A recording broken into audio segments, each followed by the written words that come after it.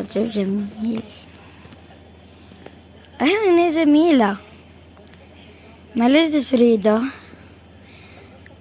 تأتين معي مع الكثير من الأموال. أنا غني، أنا مع الكافي ولا أريد أن أتأكل. أنا لا تخاف مريضة، لا تستطيع فعل شيء، ولما لا تعالجها معك المال.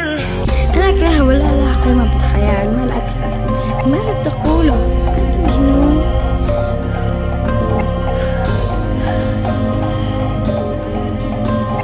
تعرف المال لا شيء والأم من ذهب.